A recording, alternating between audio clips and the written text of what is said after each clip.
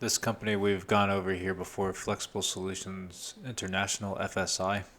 A while back, it was about April, they announced a merger agreement with a company named Lygos. And recently, I believe in early October, late September, the merger agreement failed to go through. Well, I mean they canceled it kind of at the last moment, and so the effect on the stock price, we hit a high of about 450 back in March, and then as the market was starting to sell off, the news of the merger came out, and due to the details in the merger agreement, the stock plummeted down to $1.56 at its lowest point, and has recovered quite a bit since then. Uh, so at the time when all that was going on, I was doing a little bit of research on the merger agreement and the company itself, Lygos, and I never ended up making a video about it. And then before I got a chance, the merger agreement fell apart, and so it was kind of irrelevant. But for anybody out there who wasn't really aware of what was going on, why that would happen to a company with like at the time had like a 7 or a 6 price to earnings ratio, and didn't really seem to fit any trend. Maybe it was lumped into the recession scares, but I think it's a good idea to go ahead and reflect, even though none of this will take place. Maybe this company comes up again in the future, who knows? So what you could do, go to Flexible Solutions International website, look for investor information, and this is like the IR department, the investor relations department every company has. Come down here, news releases, current news releases, and I found this headline here: Lygos and Flexible Solutions International announced definitive merger agreement to form leading sustainable specialty ingredient company. And then just click on the link there, and this takes you to the report. Uh, yeah, let me see here. Okay, so basically they were to merge on April 18th when it was announced to merge with Lygos. And before I went any further into this, I did some research on who Lygos is. So just go to lygos.com and scroll down. Actually, these dotted lines up here. Sometimes they'll have an About Us page. If not, I just go to products. Then I can know exactly what they sell. And so aspartic acid, cannabinoids, glyceric acid, glycolic acid, isobutyric acid, lactic acid, and malonic acid. And you can click on these different ones, and they tell you briefly what they do. And there's a lot of information here on this website, so I won't go into everything. But these are bio-based solutions, all of these. And the current alternative to these new technologies, these new chemicals that they are producing, a lot of the current ways we obtain these materials comes from unsustainable sources. It could be oil or other chemicals that are in limited amount or destructive to the environment. And so they are using plants and other renewable sources to produce these acids. And so this one, aspartic acid, can be used in low calorie sweeteners, biodegradable polymers. And so, yeah, here we go. So the way that they are trying to make it, they can do away with the petrochemical process in making aspartic acid. So this is kind of like a green energy or like a sustainable transition play, this company here, although it is a private company. And then they create cannabinoid derivatives, which are used in consumer products, cosmetics, nutraceuticals, pharmaceuticals. Glyceric acid And this is to replace a petrochemical, industrial chemical product.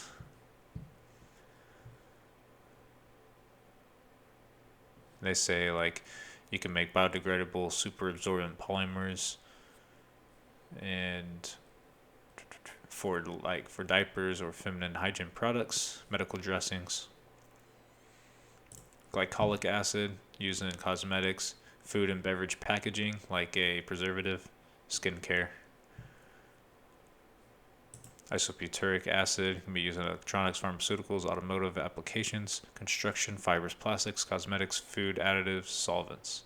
And that's a pretty big argument for individuals that argue against transitioning off of fossil fuels and oils is for these type of feedstocks, uh, making plastics, electronics. There's other things like asphalt that is a big consumer of oil and fossil fuels. So this is definitely a transition company. Lactic acid also used for food preservation, pharmaceuticals, plastics as well, cosmetics. Malonic acid used for flavors, pharmaceuticals, fragrances, industrial materials. And you can read through all of these I had in the past and familiarize yourself more. And then each little snippet on their website you can click and view more information. So it's a pretty promising company, pretty exciting actually, and something that I would love to invest in if I was able to, but until they go public. But the interesting thing about the agreement that they had, the merger agreement, is that let me see if I can find it here. So they would, prior to the transaction announcement today, Lygos secured 160 million in growth capital in support of the prospective combination. So they issued 160 million of convertible notes and 5-year maturity, and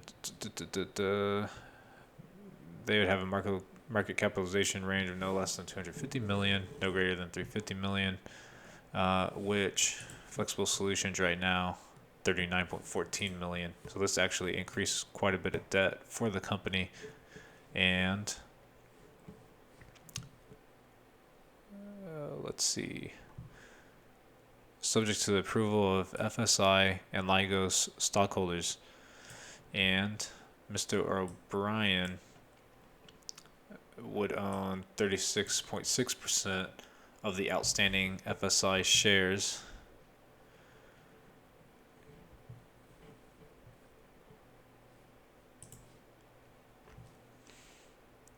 $8K. Yeah, let me go to that $8K. It's going to have more information for us.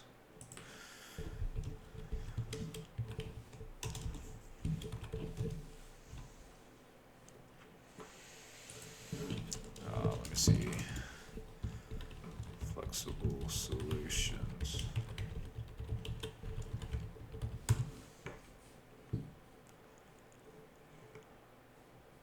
Do they not list it?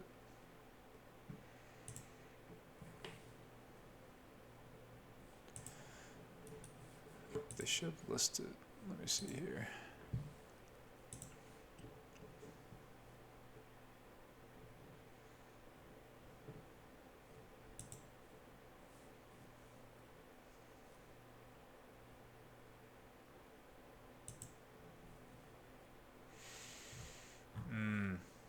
Don't see it. Anyway, let's see.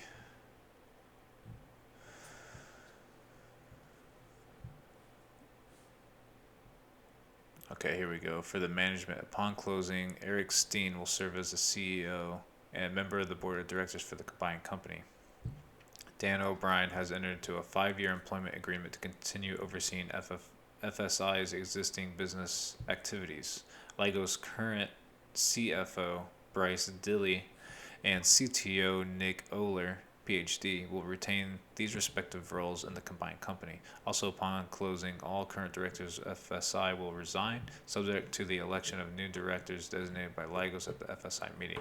So, this is saying FSI, this profitable, lean company that's selling products, upon the execution of the merger agreement, uh, the CEO would step down. Eric Steen would take over. Um, Dan O'Brien being the current CEO of FSI, he would continue working for 5 years, not serving as a CEO though. And then the CFO of Lygos, Bryce Dill, would take over that role. And technology. Oh wait, no. And Nick Oler, the chief technology officer of Lygos, would take over the current chief technology officer of FSI. So this merger agreement that eventually didn't go through, but the reason why the stock was selling off so much is because FSI, a proven company, was about to be taken over by Lygos, a currently unprofitable company. It's just a startup, and they don't actually sell anything yet. They're still in research and development phase. And so the valuation of FSI, where'd it go? Oh, I think I closed it. The valuation of FSI we saw was $34 million. And Lygos, which not really sure what they're worth because they're a private company right now, but they would issue 160 million in capital support, and then Lygos would be worth between 250 and 350 million. So I guess currently have a million to $1,050,000 that they're worth currently, but they don't actually have revenue. So it was strange that this unproven non-public company was going to merge with FSI. All of FSI's leadership that has done a great job and proven themselves would be stepping down. It was just really strange, and so that was causing the stock to sell off. And then I was looking through FSI's financial report, and in their Q2, I think it was a Q2. It was in their risk section, and it was in regard to the merger. And one of the arguments for going through with the merger, even though it appeared to be unfavorable for the company, was that they are worried about running out of products, and they allude to their water saver. I might have too many of these files open here now. Their water saver product is not selling as well as they thought. Let's see. Yeah, they have 3 products that exist to date: the Eco Saver, the Heat Saver, and the Water Saver. And it was the Water Saver that they're not able to sell. Heat Saver, yes. Eco Saver, yes. But they're nervous about their Water Saver, and they're thinking, if we don't come up with new products soon, we're going to lose relevancy here. So I guess integrating with Lygos and their prospective products would be a boon to the company. But I mean, these products, these have not been economically extracted. They're still kind of researching and developing here at Lygos. So will they be able to have a scale, be able to make it economical and profitable to make these products, and then obtain the customer base? Those are some big questions. So, and I haven't seen anything come out as to the reasoning why they canceled the merger, but maybe just seeing the stock price decline as much as it did, maybe that was enough to do it. They were getting pushed back, but pretty much right here at the end of September, they announced that the merger had terminated, and the stock price shot up afterwards. So that was pretty much everything that happened. I mean, Lygos seems pretty interesting. I'd be willing to invest in it if they ever went public. I'd like to see their financials. Maybe wait a couple quarters and see what everything comes in at and what their pathway is to profitability. But FSI is still a pretty lean company, very low valuation, and so I'm kind of glad that the merger was called off, just because of how it was structured. Everybody having to step down and the Lygos management taking over didn't seem like a very good deal for FSI. I'm really curious as to why they would agree to something like that. I'm hoping on the next conference call. Yeah, I'm hoping on the next conference call they kind of go into detail. And here we have comments from the CEO, as you can read. Um,